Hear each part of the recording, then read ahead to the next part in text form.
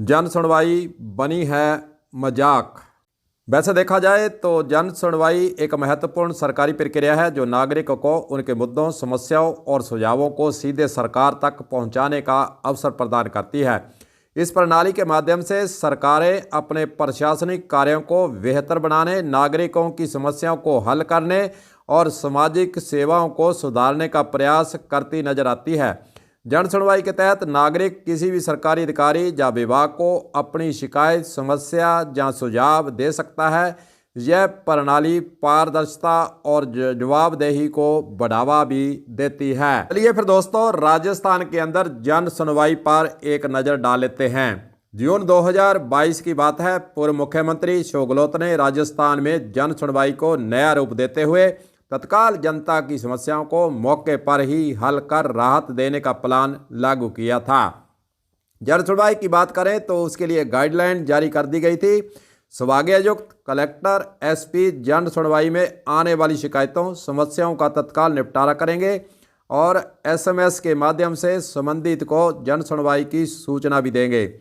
जन सुनवाई के लिए 3 स्तर निर्धारित उस वक्त कर दिए गए थे। पहला था ग्राम पंचायत, फिर दूसरा था उपखंड और तीसरा जन सुनवाई का जो लागू किया गया वह था जिला स्तर। कहावत है कि दर्द हो तो दिल में दवा कीजिए, अगर दिल ही ना हो तो क्या कीजिए। चलिए फिर जन सुनवाई के अंदर जो 3 लेवल की सुनवाई का काम दिया गया उसका निरीक्षण कैसे रखा गया था। विभागायुक्त, कलेक्टर, एसपी और सचिवालय के अधिकारी बीसी के जरिए तीनों स्तरों की जन सुनवाई की मॉनिटरिंग करेंगे और जिला स्तर पर निरीक्षण किया जाएगा। कांग्रेस राज में जन सुनवाई में नया प्रोग्राम जब शुरू हुआ तो कुछ महीनों तक गंभीर रूप से समस्याओं पर सुनवाई कर राहत देने का काम शुरू हुआ। फिर धीरे धीरे अधिकारियों का जन सुनवाई से मोह भी भंग होता नजर आया और पंचायत स्तर पर खानापूर्ति, फिर उपखंड स्तर पर खानापूर्ति होने लगी और पीड़ित लोग जिला स्तर की जन सुनवाई में सीधे पहुंचने शुरू हो जाते हैं। कारण उसका यही था कि 2 स्तरों पर उनकी सुनवाई के बीच में वे संतुष्ट नजर नहीं आए थे। फिर धीरे धीरे वक्त गुजरता है। 2023 में राजस्थान के अंदर सरकार बदली। कांग्रेस के स्थान पर बीजेपी ने राजस्थान की सत्ता को संभाल लिया।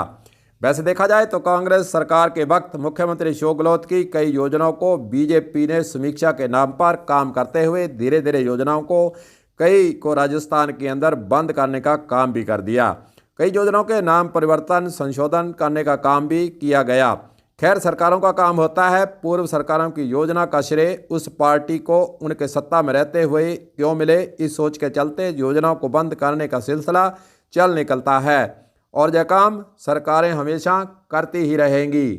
राजस्थान के अंदर एक प्लान जो 3 स्तर की जन सुनवाई का था, अशोक गहलोत ने शुरू किया था, प्रभावी ढंग से शुरू करने का प्रयास किया था। वैसे जन सुनवाई कोई नई बात नहीं है। पुराने समय से इसकी रूपरेखा और इसके सिद्धांत और पारदर्शिता के तहत लागू करने का प्रयास सरकारों के स्तर से होता रहा है, लेकिन उसके रूप में परिवर्तन, प्लान में अंदर परिवर्तन होते जरूर आए हैं। अशोक गहलोत ने जो शुरू किया था प्लान, उसको बदला नहीं गया है। राजस्थान के प्रत्येक जिले के अंदर प्रत्येक माह 3 स्तर यानी पंचायत, उपखंड, जिला स्तर पर जन सुनवाई का कार्यक्रम निरंतर बीजेपी सरकार के वक्त भी जारी किया हुआ है।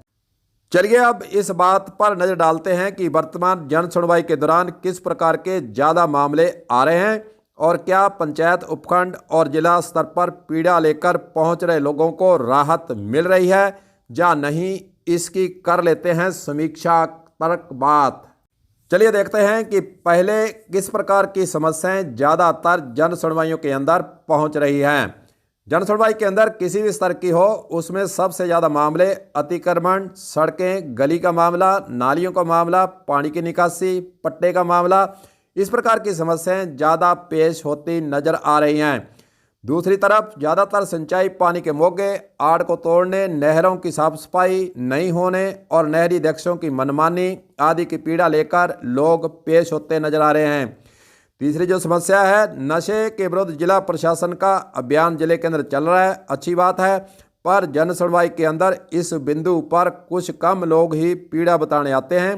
कारण भी उसके पीछे छुपा हुआ है। कारण यही है कि नशे के तस्करों को जिले के अंदर एक तरह से खौफ बनाने का मौका भी मिल जाता है।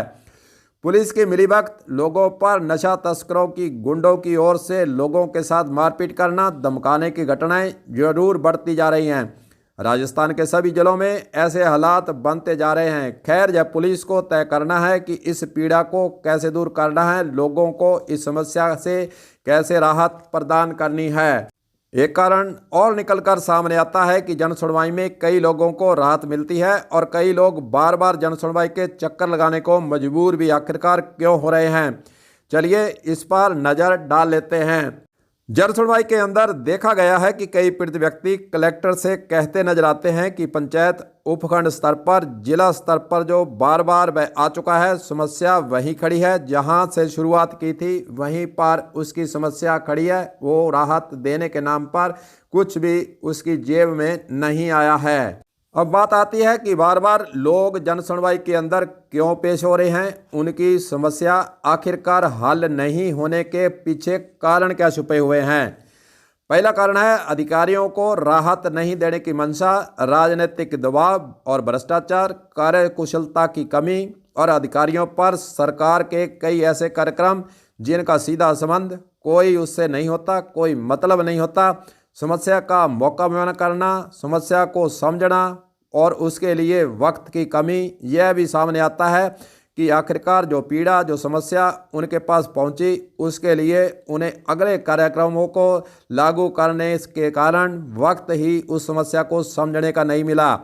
दूसरा कारण है कि आदतन शिकायतकर्ता, प्राय देखा गया है कि प्रत्येक गांव शहर में कुछ ऐसे लोग होते हैं जो कि आदतन शिकायत की श्रेणी में शामिल होते हैं।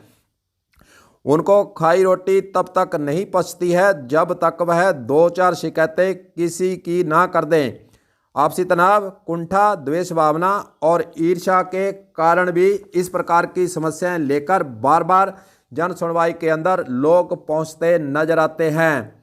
तीसरा कारण है ग्राम पंचायत स्तर, सरपंच, वार्ड पंच की भूमिका, निर्णय लेने की शक्ति में कमी, अपने पद के प्रति नीरसता, पार्टीबाजी, भ्रष्टाचार के कारण जो समस्या ग्राम पंचायत पर हल हो सकती है, हल होने वाली होती है और समझाइश के जरिए उसको हल नहीं किया जाता है। इसीलिए ज़्यादातर लोग पंचायत, उपखंड और जिला स्तर पर अपनी समस्या को लेकर जन सुनवाई के अंदर पहुंचने के लिए शिकायतों का अंबार लगाए हुए हैं। जन सुनवाई में शिकायतों का एक और कारण सामने आता है कि कई लोग अपना स्टेटस कायम रखने के लिए प्रयास भी करते नजर आते हैं, इसलिए कोई ना कोई नई समस्या लेकर पहुंचने का वह प्रयास जरूर करते नजर आ रहे हैं। खैर, जन सुनवाई को प्रभावी कैसे बनाया जाए, चलिए इस पर भी कुछ नज़र डाल लेते हैं। जन सुनवाई के लिए होना जो चाहिए कि संपर्क पोर्टल को प्रभावी ढंग से जिलों के अंदर लागू किया जाए। शिकायतकर्ता को समस्या हल होने का संक्षिप्त विवरण मैसेज के जरिए मिलना चाहिए ताकि वह घर बैठा संतुष्ट हो सके और अपनी शिकायत के बारे में उसे पूर्ण रूप से पारदर्शिता से सूचना मिल सके, ताकि वह पंचायत, उपखंड और जिला स्तर की जन सुनवाइयों के अंदर बार बार बह नहीं जा सके। दूसरा कारण यह हो सकता है, दूसरी सुझाव है और दूसरी जन सुनवाई के अंदर जो लाना चाहिए उसके बारे में भी आपको बताएंगे। ग्राम पंचायत स्तर पर सरपंचों, पंचों को सरकार की मंशा के अनुरूप बिना पार्टीबाजी, बिना दबाव, जनता के हित में जो उनके पावर के अंदर मामले आते हैं उसका प्रयोग प्रभावी ढंग से करना भी सीखना होगा। ग्राम पंचायत की कई समस्याएं समझाइश के जरिए हल हो सकती हैं। जो जन सुनवाई के अंदर आ रही हैं वह पंचायत स्तर पर ही सुनकर उसका निर्णय पंचायत के सरपंच के स्तर से दिया जा सकता है, लेकिन सरपंच और पंच अपनी पावर का प्रयोग अब करते नजर नहीं आते हैं और समझाइश का दौर वह नहीं चलाते हैं। लोगों के प्रति उनकी जो भावना है वह बदल चुकी है, इसलिए छोटी मोटी समस्या जो ग्राम पंचायत स्तर पर हल हो सकती थी वह सुनवाई के अंदर, यानी जन सुनवाई के अंदर ज़्यादातर पहुंचने लगी है। जन सुनवाई के अंदर सुधार करना है तो जिस विभाग की समस्या है वह विभाग के कर्मचारी, अधिकारियों को प्रत्येक काम का टाइम टेबल बनाकर उस समस्या को कब हल किया जाएगा, कितने समय तक हल किया जाएगा, शिकायतकर्ता को लिखित में अगर सूचना मिलनी शुरू हो जाए तो वह घर बैठा संतुष्ट हो सकता है। वैसे देखा जाए तो जिलों के अंदर सरकार के स्तर से प्रभारी मंत्री, सरकारें कोई भी रही हो, वह लगातार आ रही हैं। लेकिन अप्राय यह देखा गया है कि प्रभारी मंत्री खानापूर्ति करने से बाज नहीं आ रहे हैं। देखा यह भी गया है कि प्रभारी मंत्री पार्टी के कार्यकर्ताओं से जब वह जिले के दौरे पर आते हैं तो घिरे रहते हैं, अपना वक्त उसी के अंदर जाया कर देते हैं। आम जनता के जन सुनवाई के नाम पर खानापूर्ति करते नजर आते हैं। मात्र जिले में 2 घंटे तक रुकना ही प्रभारी मंत्री पसंद करते हैं, जबकि उनके लिए निर्देश यही हैं कि वे रात्रि विश्राम करेंगे और पूरा दिन उसी जिले के अंदर बैठकर लोगों की समस्याओं को सुनेंगे, अधिकारियों की बैठक लेंगे, दिशा निर्देश देंगे और यह पता लगाने का प्रयास करेंगे कि जिले के अंदर अधिकारियों के कार्यप्रणाली का क्या हाल चल रहा है। लेकिन होता इसके उल्ट हो रहा है। जो प्रभारी मंत्री आता है वह खानापूर्ति करने पर लगा हुआ है। खुला दरबार अगर लगाया जाए, एक एक की समस्या को अधिकारियों के समक्ष प्रभारी मंत्री सुने तो फिर उसके हल के नतीजे अच्छे हो सकते हैं और मौके पर ही प्रभारी मंत्री जो जिले के अंदर लगाए गए हैं अधिकारियों को समस्या हल करने के लिए, प्रभारी ढंग से जन सुनवाई करने के लिए अगर वह स्वयं अपने अच्छे ढंग से जिले के अंदर काफ़ी वक्त गुजार कर जन सुनवाई लोगों की करे तो इसका रिजल्ट अच्छा सरकार के स्तर से भी आ सकता है। लेकिन देखने में यह आया है कि जन सुनवाई के अंदर जो मामले पहुंचते हैं उसको लटकाने का काम अधिकारियों के स्तर से अब करना शुरू किया गया है। कुछ समस्याएं जिला स्तर पर आती हैं, कलेक्टर के द्वारा जो निर्देश दिए जाते हैं उसको हल होने का काम भी हो रहा है, लेकिन ज़्यादातर समस्याएं जो पंचायत और उपखंड स्तर पर आती हैं उनको लटकाने का काम अब देखने को मिल रहा है। कहीं ना कहीं जैसा कि आपको बताया गया है कि लोगों का, राजनेताओं का दबाव और लोगों के द्वारा जो आपस में आपसी वैमनस्य, प्रेम भावना और जो समझाइश का दौर से वे मान जाते थे उसके अंदर कमी आना कई प्रकार के कारण हैं, जिसके कारण अब उपखंड स्तर, ग्राम पंचायत पर जन सुनवाई के अंदर जो समस्या पहुंचती है उसको हल करने की बजाय आगे लटकाने या फिर उसको दबाने या फिर बिना उस समस्या को निष्कर्ष निकाले हुए, समस्या को हल करते हुए उस पर निर्णय देने की जो प्रणाली है वह बढ़ती जा रही है। खैर, यह अधिकारियों के स्तर से सोचना है, सरकार के स्तर से सोचना है कि जन सुनवाई के अंदर जो मामले आ रहे हैं लोगों की समस्याओं को प्रभावी ढंग से हल करने के लिए किस प्रकार का प्लान नए रूप में और पारदर्शिता रखते हुए और सुझाव को अंकित करते हुए लोगों के द्वारा जो सरकार को सुझाव दिए जाते हैं उसको समाहित करते हुए एक नया प्लान सरकार के स्तर से जवाबदेही देने के लिए प्रभारी मंत्रियों को प्रभावी ढंग से जिले के अंदर रहने, जन सुनवाई करने और तमाम ऐसे अधिकारी जो सीधे जन सुनवाई के मामलों के अंदर जुड़े हुए हैं उनके अंदर एक तरह से नई लहर, नया प्रयास और एक नया क्यास के तहत काम करने के लिए प्रेरणा देने का काम सरकारों के स्तर से और बड़े आला अधिकारियों के स्तर से होने की आवश्यकता नजर आती है। देखते हैं आगे जन सुनवाई के अंदर क्या क्या सुधार होते हैं।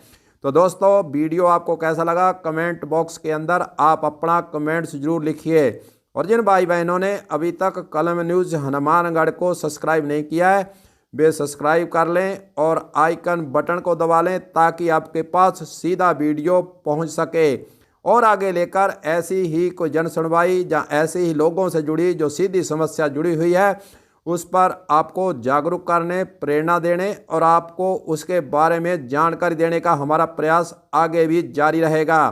तो गुरुदेव सिंह सैनी को यहीं दीजिए इजाज़त और कलम न्यूज़ की तरफ से नव वर्ष की सभी को शुभकामनाओं सहित नमस्कार।